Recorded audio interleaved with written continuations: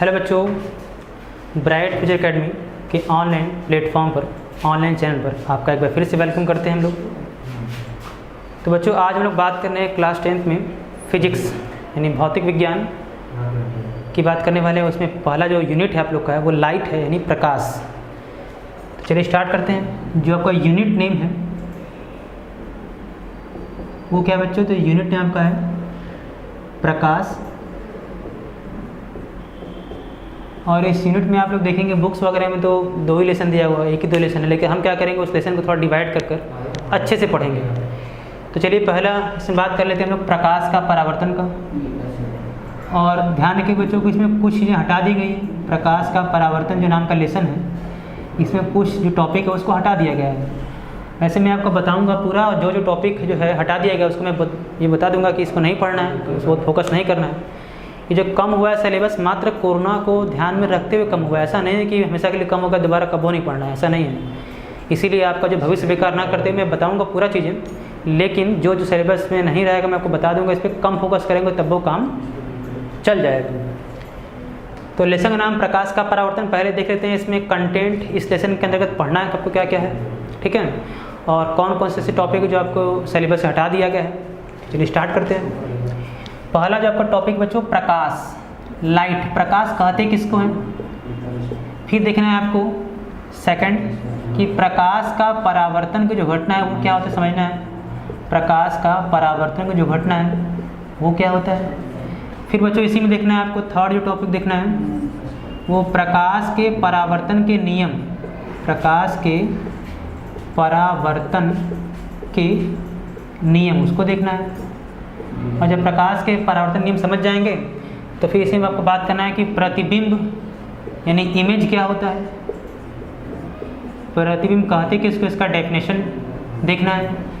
फिर प्रतिबिंब में इसी में आगे मैं लिख दे रहा हूँ इसके प्रकार, टाइप्स। आप लोग जानते होंगे 2 प्रकार का इमेज होता है, एक वर्चुअल एक रियल यानी वास्तविक प्रतिबिंब और आभासी प्रतिबिंब। इन दोनों पर देखना है क्या होता है भाई। फिर आपको इसी में बात करना है अगला दर्पण। गोलीय दर्पण क्या होता है भाई और ये कितने प्रकार का होता है, इस पर चर्चा करना है। गोलीय दर्पण के जब प्रकार समझ जाएंगे तो फिर इसी लेसन में आपको ये भी देखना है कि दर्पण से संबंधित कुछ परिभाषाएं, सम डेफिनेशन रिलेटेड टू मिरर। ये आपको देखना है ये क्या होता है। जिसमें आपको देखना रहेगा, कुछ मैं बता भी दे रहा हूँ, जिसमें आपको देखना रहेगा वक्रता केंद्र किसे कहते हैं। वक्रता केंद्र छोटा सा डेफिनेशन बस है। वक्रता त्रिज्या ये क्या होता है, इस पर थोड़ा चर्चा करना है। फिर देखना है आपको दर्पण का ध्रुव, पोल ऑफ मिरर, दर्पण का ध्रुव ये देखना है। फिर इसी में 4 देखना है आपको मुख्य अक्ष, प्रिंसिपल एक्सिस बोलते हैं इसको इंग्लिश में, प्रिंसिपल एक्सिस मुख्य अक्ष। फिर देखना है आपको मुख्य फोकस, प्रिंसिपल फोकस, और लास्ट फोकस दूरी यानी फोकस डिस्टेंस। ये देखना ये क्या होता है। तो ये सब डेफिनेशन है जो कि दर्पण संबंधित, उसको देखना है आपको। सोचो इसी में आप लोग को बात आगे करना है इसका कि अगला जो टॉपिक है छठा 7वां जो टॉपिक है वो दर्पण की फोकस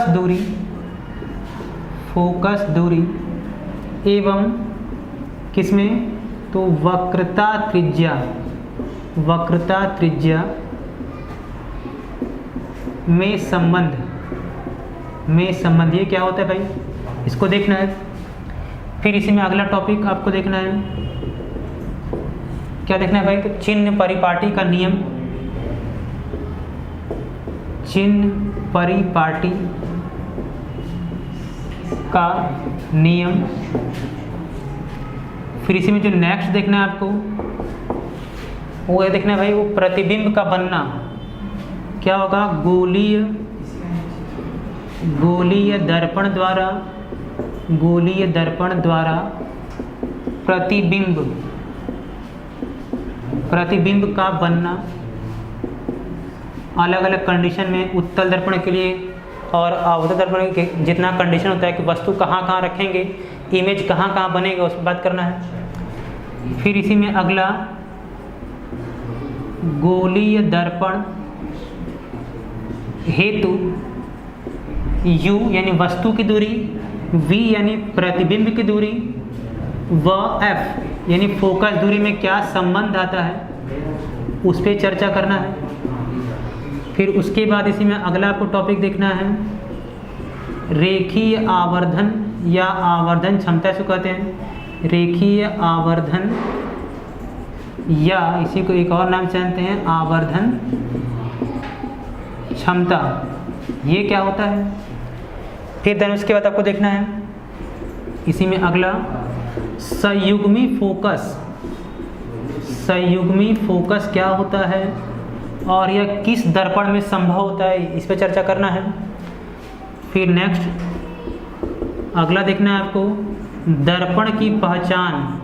अगर आपके सामने उत्तल दर्पण अवतल दर्पण रख दिया जाए तो उसकी पहचान कैसे करेंगे, तो दर्पण की पहचान करना है, जिसमें कि दो तरीका है, एक स्पर्श करके छू कर बताएंगे कौन सा दर्पण होगा, दूसरा प्रतिबिंब देखकर जो इसका इमेज बनेगा दर्पण से वो कैसा बन रहा है उसके आधार बताएंगे। और इसी में जो लास्ट टॉपिक आपको देखना है वो क्या है, वो आपका दर्पण का उपयोग, यूज़ कहाँ कहाँ करेंगे, उत्तल दर्पण का, समतल दर्पण का और अवतल दर्पण का, इसका उपयोग कहाँ करेंगे। और इसके बाद कुछ आंकिक प्रश्न क्या देखने हैं, आंकिक प्रश्न देखने हैं। तो आपको लेसन नंबर 1 में कुल इतने टॉपिक आपको समझना है। अच्छा, इसमें कौन कौन से ऐसे टॉपिक जो आपके सिलेबस से हटा दिया गया है तो वो देखिए आप लोग को कौन कौन सा है। जैसे आपका रेखीय आवर्धन या आवर्धन क्षमता को नहीं पढ़ना है, इसका डेफिनेशन आपके सिलेबस में हटा दिया गया, लेकिन हाँ इस पर न्यूमेरिकल पूछा जाएगा। फिर आपको देखना है गोलीय दर्पण हेतु u, v और f में संबंध, जो कि आपका फॉर्मूला ये आता है, फॉर्मूला दिखा दे रहे हैं 1/f बराबर 1/v प्लस 1/u होता है।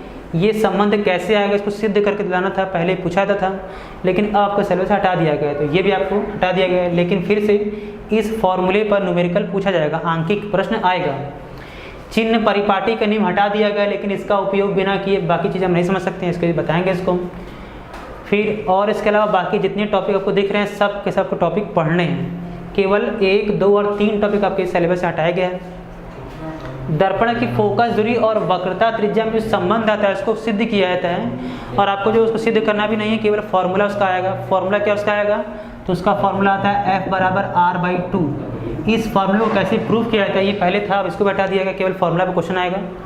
उसी तरह हमने बात करते रेखीय आवर्धन या आवर्धन क्षमता का फॉर्मूला होता है m बराबर I/O बराबर -b/u। ये जो फॉर्मूला है इस पर भी न्यूमेरिकल आता है, लेकिन इसका डेफिनेशन सिलेबस से हटा दिया गया है। तो आप लोग चाहो तो क्या करो, मोबाइल को जो है वीडियो को पोस्ट करके इसका स्क्रीनशॉट लो, क्योंकि आपको इतना ही सिलेबस प्रकाश का परावर्तन, यूनिट का नाम है प्रकाश, लेसन का नाम है प्रकाश का परावर्तन, उसमें पढ़ना है। बुक में आपको कहीं प्रकाश का परावर्तन नाम का लेसन नहीं मिलेगा, केवल टॉपिक मिलेगा। बाकी छोटे छोटे जब किताब खोलेंगे तो सब आपको देखने को मिलेगा। लेकिन हम क्या किए हैं, आपके सहूलियत के लिए, आपको समझने में थोड़ा अच्छा लगे और आसानी समझ में आ जाए, उसके लिए हम क्या किए हैं, आराम से उसको लेसन वाइज कैटेगराइज कर दिए हैं, वर्गीकृत कर दिए हैं। ठीक है, तो अब इसके स्क्रीनशॉट ले लीजिए। आज हम लोग बात कर लेते हैं प्रकाश क्या होता है, और प्रकाश का परावर्तन अगर समय रहेगा तो उससे बात कर लेंगे। तो यहाँ तक आप जल्दी से वीडियो पॉज करके स्क्रीनशॉट ले लीजिए। चलिए इस पर आगे हम लोग देखते हैं।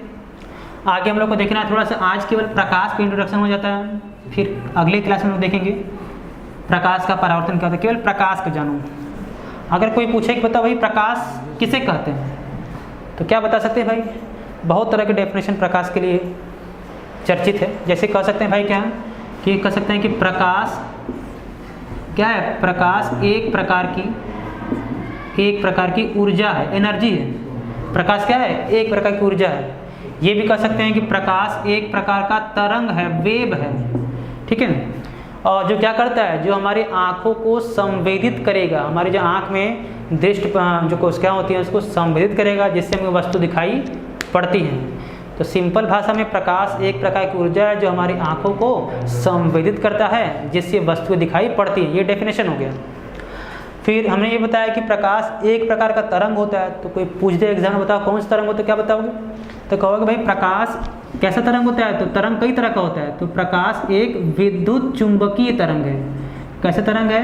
विद्युत चुंबकीय। जैसे हम लोग बोलते हैं भाई, तो बोलते हैं तो कौन सा तरंग निकलता है हमारे मुंह से? ध्वनि तरंग निकलता है। उसी तरह ये प्रकाश कैसा है? विद्युत चुंबकीय तरंगे हैं। अच्छा, दोनों में डिफरेंसेस क्या है? ध्वनि तरंग के लिए कहने का मतलब जो हम लोग बोलते हैं उसके लिए माध्यम का होना जरूरी है। माध्यम मतलब हम जिस ग्रह पर रहते हैं पृथ्वी पर, वहाँ पर तरह तरह के गैसें हैं वायुमंडल में, मतलब हमारे पास आसपास माध्यम छोटे छोटे जो पार्टिकल होते हैं गैस को से हम घिरे हुए हैं। यही कारण है कि जो ध्वनि तरंगे हम जो बोलते हैं किसी दूसरे को सुनाई पड़ता है, ठीक है। लेकिन जो विद्युत तरंग है ऐसा इसमें गुण नहीं पाया जाता। देखो जो विद्युत चुंबकीय तरंग ये क्या होता है? ये एक ऐसा तरंग होता है जिसके चलने के लिए, जिसके संचरण के लिए माध्यम की आवश्यकता नहीं पड़ती है। अच्छा, जैसे हम चलते हैं तो उसको चलना कहते हैं, तरंग चलेगा तो संचरण कहते हैं। तो ध्वनि तरंग है, अगर जो हम बोल रहे हैं ध्वनि तरंग, उसको चलने के लिए, उसको संचरित होने के लिए माध्यम जरूरी है। अगर यहाँ पर माध्यम नहीं रहेगा तो हम सुन नहीं पाएंगे, बोल नहीं पाएंगे। जैसे मान लो अंतरिक्ष में जाओ और किसी व्यक्ति के कान में चिल्ला कर बोलोगे तब आवाज़ सुनाई नहीं पड़ेगा। रीज़न क्या है? कि अंतरिक्ष में कोई प्रकार का गैस वगैरह नहीं पाया जाता है। जबकि अब यहाँ देखो विद्युत चुंबकीय तरंग क्या खासियत है? इसमें ये बताया गया है कि ये एक ऐसा तरंग है, इसको चलने के लिए माध्यम रहेगा तब भी ठीक है, नहीं रहेगा तब भी ठीक है। जैसे देखो हम लोग यहाँ पर अपने घर में बल्ब ऑन करते हैं तो रोशनी हो जाता है, यानी प्रकाश आ जाता है। यानी प्रकाश कैसा है? विद्युत चुंबकीय तरंग। यहाँ माध्यम है तब भी प्रकाश चल रहा है। अब देखो अंतरिक्ष में बहुत दूर क्या है? बहुत दूर हमारा सूर्य है, हमारा पृथ्वी बहुत दूरी है, दोनों के बीच में जो डिस्टेंस काफ़ी ज़्यादा है। अब सूर्य से प्रकाश होता हुआ हमारे पृथ्वी पर आता है, अंतरिक्ष से होता हुआ आता है। तो अंतरिक्ष में क्या माध्यम है क्या? वहाँ माध्यम नहीं है, फिर भी सूर्य का प्रकाश हमारे अर्थ पर आ रहा है। इसका मतलब समझ पाए कि जो विद्युत चुंबकीय तरंग ऐसा तरंग होता है कि जिसको चलने के लिए माध्यम की आवश्यकता नहीं पड़ती है। तो बच्चों, आज की क्लास में हम लोग को जाना कि जो प्रकाश का परावर्तन नाम का लेसन है, इसमें हमको पढ़ना क्या क्या है वो देखा, और यूनिट का नाम था प्रकाश। फिर हम लोग को थोड़ा जाना कि प्रकाश कहते किसको हैं, और प्रकाश जो है क्या नाम से किस प्रकार का तरंग होता है, और उस तरंग की क्या खासियत है वो जाना हम लोगों ने। हम लोग जब बच्चों अगले क्लास में आएंगे ना तो वहाँ हम लोग बात करेंगे जो प्रकाश का परावर्तन है ये घटना असल में होती क्या है, कैसे समझेंगे कि प्रकाश का परावर्तन हो रहा है, और इसके कौन कौन से नियम वगैरह उससे बात करेंगे। फिर बात करेंगे दर्पण वगैरह कितने तरह का होता है, और दर्पण जो जो परिभाषा लिखा गया, ये परिभाषा एक्चुअल में होता क्या है और क्यों इसको समझना आवश्यक है, ये सब देखा जाएगा। तब तक मिलते हैं बच्चों अगले क्लास में। Goodbye, stay home, stay safe.